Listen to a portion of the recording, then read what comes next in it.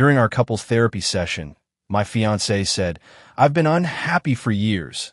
I'm only here because my parents paid for the wedding already." The therapist looked shocked. I stood up. "Then let me make this easy." I called her parents right there on speaker and offered to reimburse every penny.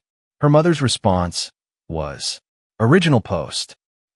32 male, ended my engagement in a therapist's office approximately 5 hours ago while my fiancé's mother listened on speakerphone. My hands haven't stopped shaking since, but I need to get this down while it's fresh." Some context. I've been with my fiancé for 4 years, engaged for 14 months. The wedding was supposed to be in 6 weeks. Everything was booked: venue, caterer, photographer, DJ, florist. Her parents had contributed $35,000 toward the wedding. My parents kicked in $15,000. I'd personally put another $12,000 toward various expenses. Total budget, around $62,000 for what was supposed to be the happiest day of our lives. Things have been rocky for a while. Not fighting exactly, but disconnected. She seemed distant, irritable, uninterested in wedding planning despite it being her idea to have a big celebration. I suggested couples therapy about 2 months ago, thinking it would help us communicate better before the big day. She resisted at first, but eventually agreed. Today was our 4th session. The therapist had been working with us on expressing needs and understanding each other's perspectives. It had been going okay, surface-level stuff mostly, but today the therapist pushed deeper. "Therapist, I want to try something different. I'd like each of you to share one thing you've been holding back. Something you haven't said because you were afraid of the reaction." I went first. Said I was worried she didn't seem excited about the wedding anymore, and I wanted to understand why. Then it was her turn. She sat there for a long moment. Wouldn't look at me. The therapist waited. I waited. Finally, she said, "I've been unhappy for years. I'm only here in this relationship, in this therapy, going through with this wedding because my parents already paid for everything. I can't back out now and waste their money." The therapist's face. I wish I could describe it. This woman who'd been professionally neutral for 4 sessions looked like someone had slapped her. Me. "I'm sorry, what?" Her. "You asked for honesty. That's the truth. I've known for at least 2 years that this wasn't right. But by the time I was sure, we were already engaged, deposits were down, my parents had written checks. I couldn't just throw that away." Me. "So you've been lying to me for 2 years? Pretending to want this?" Her. "I wasn't pretending. I was trying. I thought maybe I'd feel different eventually. That the wedding would fix things." Me. "The wedding would fix you not loving me." Her. "I never said I don't love you." Me. "You said you've been unhappy for years. That you're only here because of money. That's not love. That's hostage-taking." The therapist tried to intervene, saying something about staying calm and processing feelings. But I wasn't interested in processing. I was interested in clarity. Me. "So if the money wasn't a factor, you'd leave? Right now? Today?" She didn't answer. Which was an answer. I stood up, pulled out my phone. Her. "What are you doing?" Me. "Making this easy for you." I called her mother. Put on speaker. The therapist looked like she wanted to stop me, but didn't. Her mom answered on the 3rd ring. Her mom. "Hello? Is everything okay?" Me. "Hi. I'm here with your daughter at our therapy session. She just told me she's only going through with our wedding because you and her father paid for it. So I'm calling to let you know that I will personally reimburse you every dollar you've spent. Every deposit, every payment, everything. The wedding is off." Silence on the line. My fiancée was staring at me with her mouth open. Her mom. She said what? Me. She said she's been unhappy for years, and the only reason she didn't leave was because of the money you invested. So I'm removing that obstacle. Name an amount, and I'll pay it. Her mom. That's $35,000. Me. I'm aware. I'll write you a check this week. Your daughter is now free to make whatever choice she actually wants to make, without financial guilt. Her mom's response was not what I expected. Her mom. You're telling me my daughter has been lying to everyone, to you, to us, to her own family, for 2 years about wanting this wedding?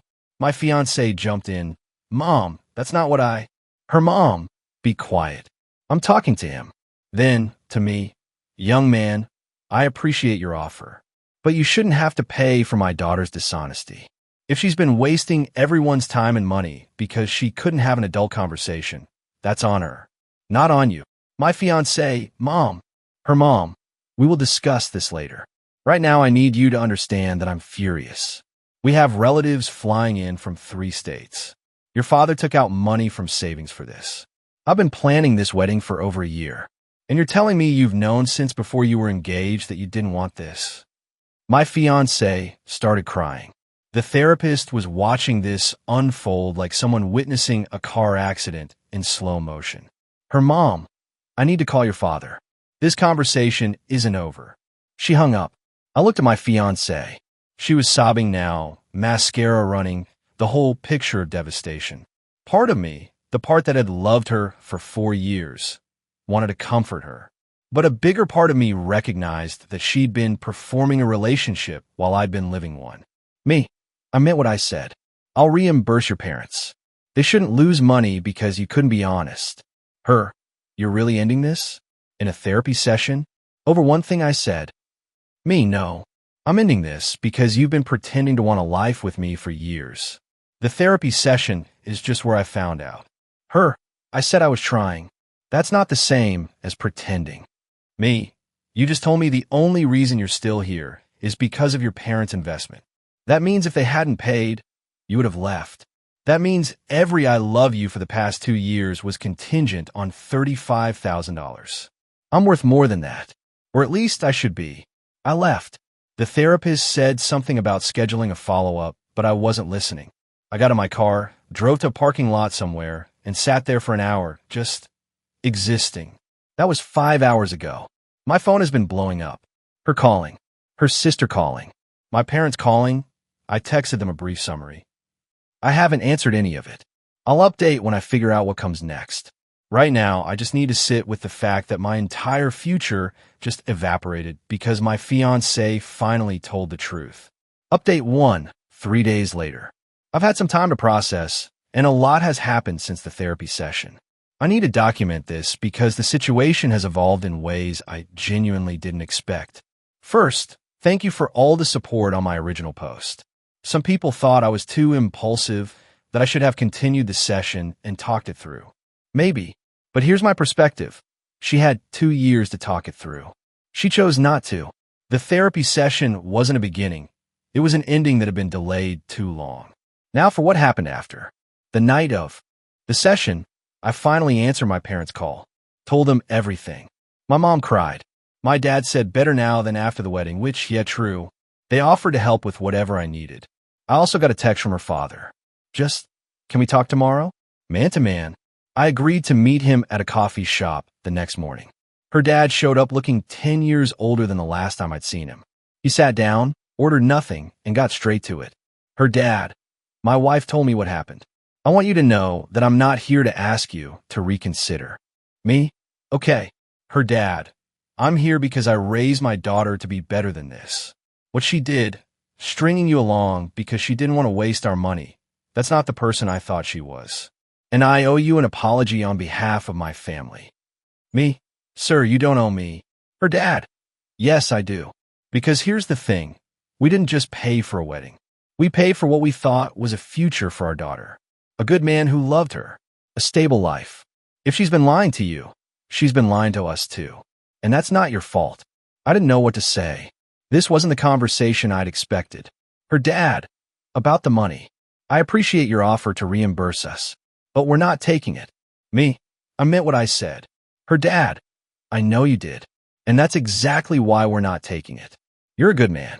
You shouldn't have to pay $35,000 because my daughter couldn't be honest. We'll eat the loss. Consider it the cost of learning who she really is. Me, I don't know what to say. Her dad, you don't have to say anything. Just take care of yourself. And for what it's worth, I'm sorry things turned out this way. He left without ordering anything. Just came, said his piece, and went. That conversation gave me some peace. Her dad's response, taking responsibility for his daughter's choices, refusing to let me carry the financial burden, was more grace than I expected from anyone in this situation. But then came her response. That afternoon, my fiancé showed up at my apartment. I shouldn't have opened the door, but old habits die hard. Her, We need to talk. Me, I think we've talked enough. Her, you humiliated me. In front of the therapist. On the phone with my mother. You made me look like the villain. Me, you told me you've been unhappy for years and only stayed because of money. How exactly am I supposed to spin that? Her, I was being vulnerable. That's what therapy is for. You don't take someone's vulnerable moment and use it to blow up their life. Me, your vulnerable moment was admitting you've been lying to me for our entire engagement. That's not vulnerability. That's a confession. Her, I didn't say I was lying. Me, you said you've known for 2 years this wasn't right. 2 years ago, you said yes when I proposed. You let me plan a future with you. You let your parents spend $35,000. You let my parents spend $15,000. You let me spend $12,000. All while knowing you didn't want this. That's not just lying, it's fraud. Her, this is so typical of you. Making everything about money. Me, you're the one who said the money was why you stayed. I'm just responding to your reasons. She didn't have a good answer for that. Instead, she shifted tactics. Her, what am I supposed to tell people? Everyone knows we're getting married. I have 3 bridal showers scheduled. My friends bought dresses. Me, tell them the truth. Or don't. That's your problem now, not mine. Her, you're being cruel. Me, I'm being honest. Something you apparently struggled with for years.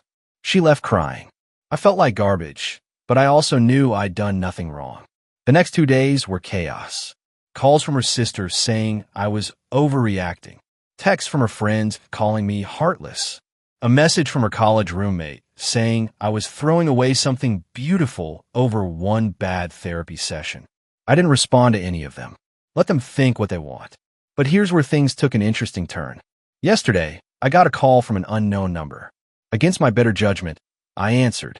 It was her cousin, someone I met maybe twice at family events. Her cousin, hey, I know this is weird, but I wanted to reach out. I heard what happened. Me, okay. Her cousin, listen, I'm not supposed to tell you this, but I feel like you deserve to know. What she said in therapy, about being unhappy and staying for the money, that wasn't a slip. She's been saying that to people in the family for months. Me, what? Her cousin. She told me at Easter that she wasn't sure about the wedding but couldn't back out because of her parents' investment. She told her sister the same thing. She told our aunt. Everyone knew except you. Me. Everyone knew. Her cousin. Not everyone, but enough people. And nobody said anything because they figured it was just cold feet, that she'd come around.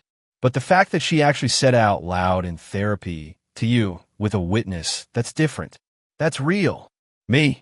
Why are you telling me this? Her cousin. Because what she did wasn't fair. And because I think you should know you're not crazy. She's been telling people one thing and you another for a long time. You deserve better. I thanked her and hung up. So that's where I am now. Processing the fact that my fiancé's own family knew she didn't want to marry me and said nothing. Processing the fact that I was the last person to learn the truth about my own relationship. More updates coming. Update 2. 7 days later. Things have continued to develop, and I want to share what's happened because this situation has gotten more complicated than I anticipated. After learning that multiple people in her family knew about her doubts and said nothing, I took a few days to just be angry. Not productive, but necessary. Sometimes you need to sit with the rage before you can move past it. Then I started dealing with practical matters. The wedding cancellation itself was a logistical nightmare. I spent an entire day on the phone with vendors. Here's the damage. Venue, $8,000 deposit lost. Non-refundable within 60 days of event. Caterer, $4,500 deposit lost. Photographer, $1,500 deposit, but she agreed to apply it to a future event, which was kind of her. DJ, $500 deposit lost. Florist, $2,200 deposit lost. Her dress alterations, not my problem, but apparently $1,800 down the drain. My suit and groomsmen rentals, $1,100, partially refundable. Total losses on my end, from my $12,000 contribution, approximately $7,500. Her parents are eating their $35,000. My parents got some refunds and lost about $6,000 of their $15,000. Combined, We all lost roughly $48,000 on a wedding that was never going to be happy.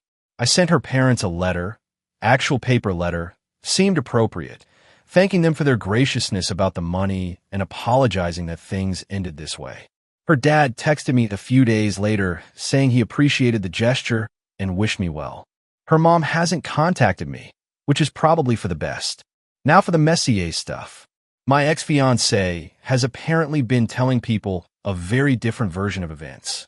According to mutual friends who've reached out, her story is: I ambushed her in therapy by pushing her to say things she didn't mean. I overreacted to a normal expression of pre-wedding anxiety. I publicly humiliated her by calling her mother without her consent. I'm financially manipulative because I offered to pay back her parents. Somehow this makes me the bad guy. She loved me deeply, and I threw it all away. The narrative is wild, completely disconnected from what actually happened. But I've learned that people process rejection by rewriting history, and there's nothing I can do about how she chooses to remember things. What I can do is tell the truth to people who ask directly. Several friends have reached out wanting my side. I've told them exactly what happened. She admitted in therapy she'd been unhappy for years and only stayed because of money. That's not ambush. That's not overreaction. That's responding to information that fundamentally changed everything. Some people believe me. Some clearly didn't. A few unfollowed me on social media. That's fine. The pruning of my social circle is probably overdue anyway. The interesting development came yesterday. I got a call from the therapist's office. The therapist herself wanted to speak with me. We had a brief conversation. She couldn't share anything confidential, obviously, but she wanted to check in on how I was doing and offer some resources for processing the end of a significant relationship. At the end of the call, she said something that stuck with me. Therapist, I've been doing this work for 15 years. What happened in that session was unusual. It's rare for someone to be that honest in a way that ends things so decisively. Most people hedge. They protect themselves. She didn't, and you responded accordingly. I'm not saying either of you is right or wrong. That's not my place. But I will say that you deserve to be with someone who wants to be with you, not someone who's staying because of sunk costs. That meant more than she probably knew. One more thing happened that I want to mention. My ex reached out one more time. Not in person this time, a long email. I'll summarize the key points. She acknowledged that she could have handled things better and should have been honest sooner. She said she did love me, but had been confused about what she wanted. She blamed pressure from her parents and expectations for why she didn't speak up. She asked if there was any chance we could talk this through and maybe find a way forward. The email ended with, I know I hurt you, but 4 years is a long time to throw away. Please think about it. I thought about it. For about an hour, I genuinely considered what a way forward would look like. Then I remembered sitting in that therapy session, hearing her say the only reason there was money. I remembered the cousin telling me the family knew. I remembered 2 years of feeling like something was off, but trusting her when she said everything was fine. I wrote back one line. I wish you well, but there's no way forward. Please don't contact me again. She hasn't responded. I hope she doesn't. Final update coming once all the practical matters are settled. Update 3. Final, 11 days later. This is my last update. The dust has settled. The cancellations are complete, and I'm ready to close this chapter. First, the practical wrap-up. All vendor contracts have been dealt with. The final tally of losses. My personal contribution was $12,000, and I recovered about $4,500 through refunds and credits, so I'm out $7,500. My parents lost about $6,000 of their $15,000. Her parents lost the full $35,000 since most of it went to non-refundable deposits and the venue. Her dad reached out one more time to ask if I wanted to split the total losses more equitably. I declined. Not out of spite. I just want a clean break. Taking money from them, even offered freely, felt like it would create an ongoing connection I didn't want. He said he understood. We shook hands metaphorically over text. That's probably the last I'll hear from him. Second, the social fallout. My ex has apparently committed fully to her version of events. From what I hear through the grapevine, friends of friends, social media glimpses before I blocked everything. She's positioned herself as the victim of a controlling, emotionally unavailable man who abandoned her over nothing. A few key people have reached out directly. Her sister sent me a scathing message about how I destroyed their family and stolen their joy. I didn't respond. Her college roommate, one of her bridesmaids, actually apologized to me. Said she'd suspected something was off for months, but didn't want to get involved. I thank her for reaching out, but made clear I wasn't interested in maintaining any connection to my ex's world. Most of our mutual friends have quietly picked sides. The split is roughly 60-40 in my favor, based on who's still responding to my texts. That's better than I expected, honestly. Third, the unexpected development. About a week after my last update, I got a message from someone I didn't expect, my ex's brother. We'd always gotten along reasonably well, but he'd stayed silent through this whole mess. Her brother, "Hey, I heard what happened. Sorry I didn't reach out sooner. Things have been crazy on this end." Me, I can imagine. Her brother, "Look, I'm not going to defend what she did. Between us, I think she messed up badly and handled it worse. But I also know my sister, and she's not a monster. She's someone who got scared and made terrible choices because she couldn't face disappointing people. Me, I appreciate that. But her fear of disappointing people cost me 2 years of my life and almost $8,000. Not to mention your parents' money. At some point, the reasons stop matching and the consequences are just consequences." Her brother, "I know. I guess I just wanted to say, don't let this turn you bitter. You're a good guy. What she did wasn't about you." Me, "What was it about then?" Her brother, her inability to be honest. Her fear of confrontation. Her tendency to let things build until they explode. This is a pattern with her, if I'm being real. You're not the first person she's strung along because she couldn't have a hard conversation. That hit differently than I expected. It didn't make me feel better exactly, but it did help me understand that this wasn't personal. I wasn't uniquely unworthy of honesty. She just doesn't do honesty. Probably never will. Me, thanks for telling me that. Her brother, "Yeah, take care of yourself." Fourth, my own processing. I started seeing a therapist. A different one. Going back to the couple's therapy office felt too weird.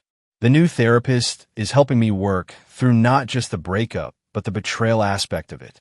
She made an observation in our second session that stuck with me. You're grieving 2 losses. The relationship you thought you had and the future you were building toward. Both are real losses, even though neither was what you believed. That's exactly right. I'm not just sad that it's over. I'm sad that it was never what I thought it was. Some final thoughts. 1. Trust your gut. I felt something was off for months, maybe years. The distance, the lack of enthusiasm, the way she'd deflect when I try to talk about our future. I explained it all away as stress, as pre-wedding jitters, as normal relationship fluctuation. It wasn't. When something feels wrong, it usually is. 2. Therapy is only useful if people are honest. We went to 4 sessions. In 3 of them, she performed being a committed partner. It took the therapist specifically asking for something you've been holding back to crack the facade. If she'd been honest from session 1, we might have ended things more gracefully.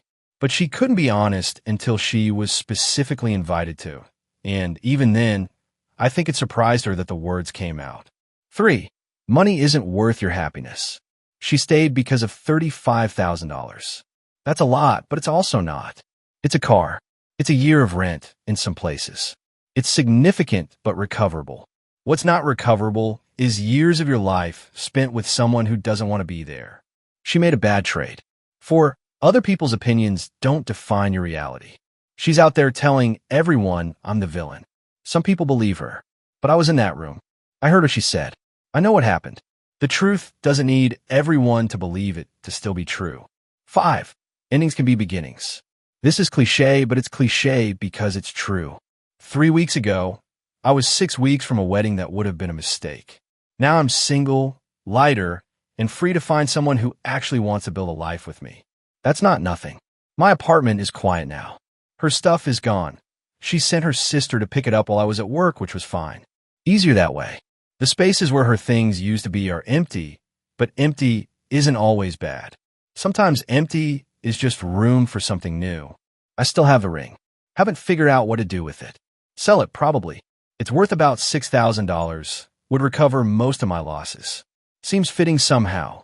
Turn the symbol of what wasn't into practical value for what comes next. The wedding date is in 4 weeks. I took the day off work anyway. Not to mourn, just to not be there. I'll probably order takeout and watch movies. Something mindless. Something that requires nothing from me emotionally. Maybe by then, I'll stop checking my phone, expecting her text. Maybe by then, the mornings won't start with that split second of forgetting before I remember. Maybe by then, this will feel like something that happened instead of something that's happening. Thanks for following this story. It helped to write it down. To have strangers validate that I wasn't crazy for leaving, that I was right to prioritize being wanted over being convenient. For years is a long time, but it's shorter than a lifetime of being someone's financial obligation instead of their choice. I'm going to be okay. Peace.